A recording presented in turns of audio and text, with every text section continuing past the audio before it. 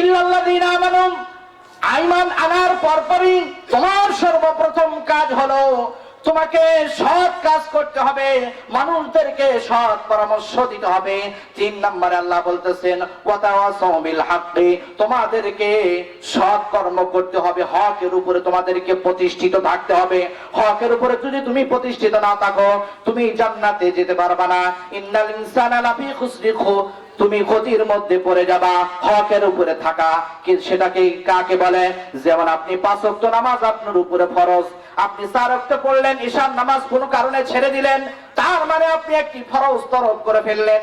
হকের উপরে আপনি এখনো পর্যন্ত প্রতিষ্ঠিত হতে পারেন নাই।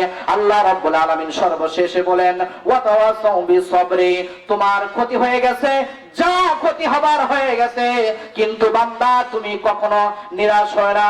আল্লাহ পাকের উপরে ধৈর্য ধারণ করে তুমি তোমার কাজ করে যাও, তাহলে আল্লাহ রাব্বুল আলামিন বলতেছেন সেই বান্দারা ক্ষতির মধ্যে পড়বে না। সুবহান আলহামদুলিল্লাহি ওয়া কাফা ওয়া সালামুন আলা ইবাদিহিল্লাযীনা ইসতাফা, আম্মা বা'দ।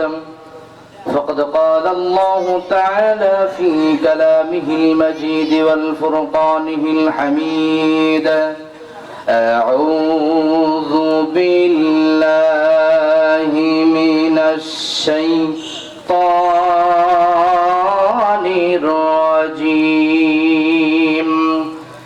بسم الله الرحمن الرحيم.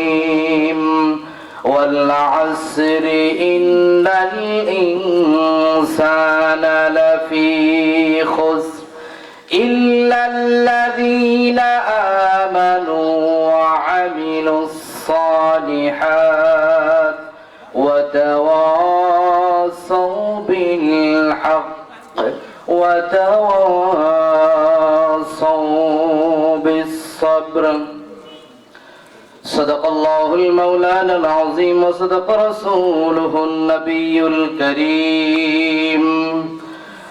আমাকে শহীদ করে সেই মিছিলে শামিল করে নিও, আমাকে শহীদ করে সেই মিছিলে শামিল করে নিও। যেই মিছিলের নেতা আমির হামজা, আল্লাহর কাছে ছিল অতি প্রিয়,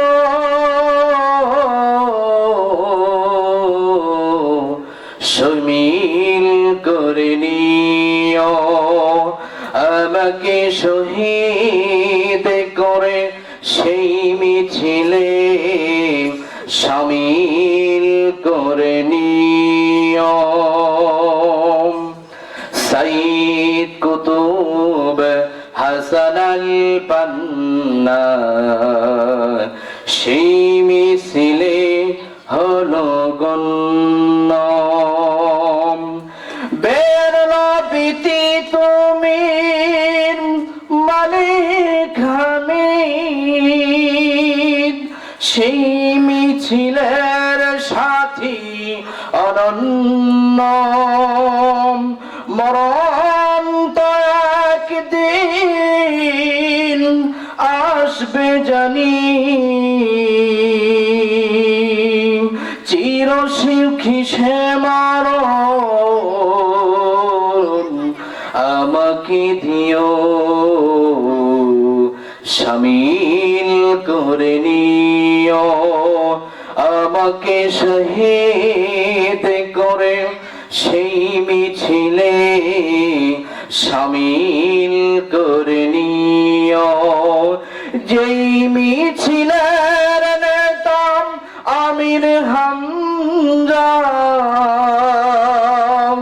আল্লাহর কাছে ছিল অতি প্রিয়,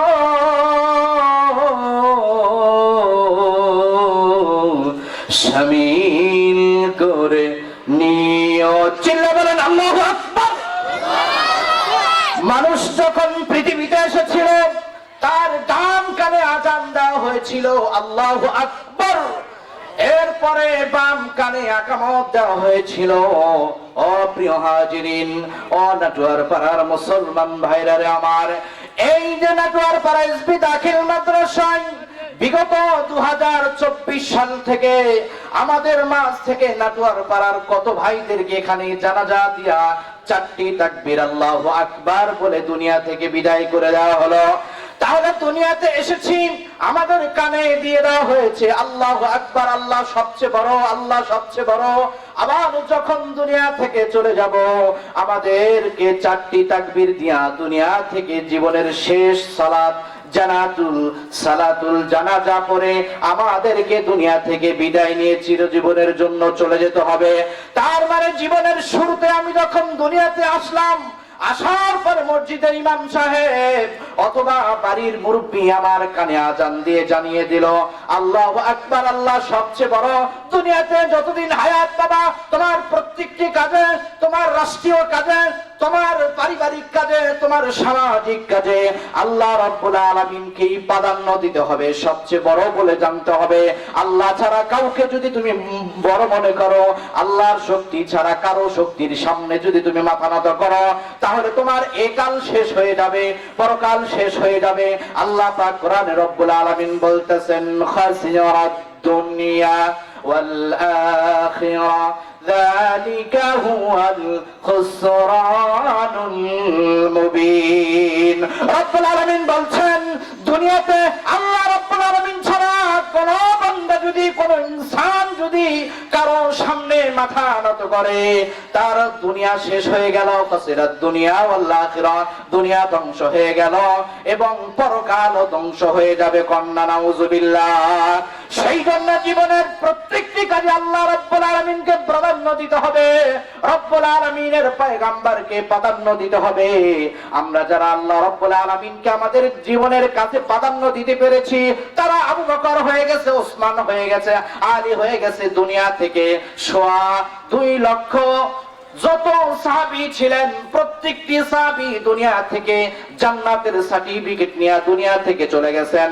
সেই জন্য আল্লাহ রাব্বুল আলামিন সূরা আসরের ভিতরে যেন বান্দাদেরকে জানিয়ে দিচ্ছেন, বান্দারে তোমাকে 60, 70, 80 বছর আমি যে হায়াতটা দিলাম, এই হায়াতের প্রত্যেকটি সময় আমার পিছনে রব্বুল আলামিন বলতেছেন তোমাদেরকে ব্যয় করতে হবে। তুমি যখন ব্যবসা করতে যাবা, আল্লাহ রব্বুল আলামিনের জিকির তোমার অন্তরের ভিতরে থাকবে। এই যে আজকে নাটুয়ার পাড়ার জমিনে টেকেরহাটের মরহুম দেলার হোসেন আনসারী সাহেবের সুযোগ্য সন্তান পীর সাহেব আগমন করেছেন। এই যে দেশ বিদেশে তিনি ঘুরে বেড়াচ্ছেন, একটি মাত্র উদ্দেশ্য, বান্দাদেরকে, পথ ভোলা বান্দাদেরকে, আল্লাহ ভোলা বান্দাদেরকে তাদের পথের দিশারি দেওয়া করে। কোন ঠিক কিনা? আর ধরে বলেন ঠিক কিনা? মুসলমান, আল্লাহ রাব্বুল আলামিন বলতেছেন, ওয়াল আসরি ইন্নাল ইনসানা লাফি খুসর। সময়ের কসম দিয়ে আল্লাহ রাব্বুল আলামিন বলে দিচ্ছেন, ইন্নাল ইনসানা লাফি খুসর। ও ইনসানেরা, তোমরা সকলেই কিন্তু ক্ষতির মধ্যে নিমজ্জিত রয়েছো, ক্ষতির মধ্যে ডুবে আছো। এখনো পর্যন্ত তোমরা সেখান থেকে ফিরে আসো। শুধুমাত্র 4টি কাজ যে ব্যক্তিরা করবেন, আল্লাহ রাব্বুল আলামিন বলছেন তারা ক্ষতির মধ্যে যুক্ত হবে না, ডুবে যাবে না। আল্লাহ রাব্বুল আলামিন সূরা আসরের 3 নম্বর আয়াতে আল্লাহ রাব্বুল আলামিন বলতেছেন, সবাই খুবই শর্ট, এই জন্য আমি শুধু টাচ করে আলোচনাকে সামারাইজ করেন। ও নাটুয়ার পাড়ার বাসীরা, ও নাটুয়ার পাড়ার মুসলমানেরা, আমি শুধু 4টি পয়েন্ট আপনাদের সামনে তুলে ধরে যেতে চাই। আল্লাহ রাব্বুল আলামিন সূরা আসরের ভিতরে বলতেছেন, ইল্লাল্লাযীনা আমানু, ঈমান আনার মতো তোমাদেরকে আনতে হবে, আল্লাহর প্রতি ঈমান আনতে হবে। আল্লাহ পাক দ্বিতীয় শব্দের ভিতরে বলতেছেন, ওয়া আমিলুস সালিহাত। ইল্লাল্লাযীনা আমানু, ঈমান আনার পরপরই তোমার সর্বপ্রথম কাজ হলো তোমাকে সৎ কাজ করতে হবে, মানুষদেরকে সৎ পরামর্শ দিতে হবে। 3 নম্বরে আল্লাহ বলতেছেন, ওয়াতাওয়াসাউ বিল হাক্কি, তোমাদেরকে সৎ কর্ম করতে হবে, হকের উপরে তোমাদেরকে প্রতিষ্ঠিত থাকতে হবে। হকের উপরে যদি তুমি প্রতিষ্ঠিত না থাকো, তুমি জান্নাতে যেতে পারবে না। ইন্নাল ইনসানা লাফি খুসরি, তুমি ক্ষতির মধ্যে পড়ে যাবা। হকের উপরে থাকা সেটাকে কাকে বলে? যেমন আপনি 5 ওয়াক্ত নামাজ আপনার উপরে ফরজ, আপনি 4 ওয়াক্ত পড়লেন, ঈশার নামাজ কোনো কারণে ছেড়ে দিলেন, তার মানে আপনি একটি ফরজ তরক করে ফেললেন। হকের উপরে আপনি এখনো পর্যন্ত প্রতিষ্ঠিত হতে পারেন নাই। আল্লাহ রাব্বুল আলামিন সর্বশেষে বলেন ওয়া তাওয়াসাউ বিসবরি, তোমার ক্ষতি হয়ে গেছে, যা ক্ষতি হবার হয়ে গেছে, কিন্তু বান্দা তুমি কখনো নিরাশ হয় না। আল্লাহ পাকের উপর ধৈর্য ধারণ করে তুমি তোমার কাজ করে যাও, তাহলে আল্লাহ রাব্বুল আলামিন বলতেছেন সেই বান্দারা ক্ষতির মধ্যে পড়বে না। কন্যা সুবহানাল্লাহ। এক নম্বরে ঈমান আনার মতো আনতে হবে। দ্বিতীয় নম্বরে তোমাদেরকে মানুষদেরকে সৎ পরামর্শ দিতে হবে, সুপরামর্শ দিতে হবে। 3 নম্বরে হলো হকের উপরে প্রতিষ্ঠিত থাকতে হবে। 4 নম্বরে হলো সবুর, ধৈর্য ধারণ করতে হবে। তোমার সন্তান মারা গেছে, তুমি ধৈর্য ধারণ করো। তোমার ব্যবসায় লস হয়েছে, তুমি ধৈর্য ধারণ করো। তোমার রাজনৈতিক প্রেক্ষাপটে তোমার পথ পরিবর্তন হয়ে গেছে, তাও তুমি ধৈর্য ধারণ করো। এই 4টি কাজ যে ব্যক্তিরা করতে পারবে, আল্লাহ রাব্বুল আলামিন বলতেছেন তারা কখনো ক্ষতির মধ্যে পড়বে না। কন্যা সুবহানাল্লাহ। আর জোরে জোরে বলেন সুবহানাল্লাহ। আলোচনা এখানে শেষ করে দিচ্ছি। আসসালামু আলাইকুম ওয়া রাহমাতুল্লাহি ওয়া তাআলা ওয়া বারাকাতুহু।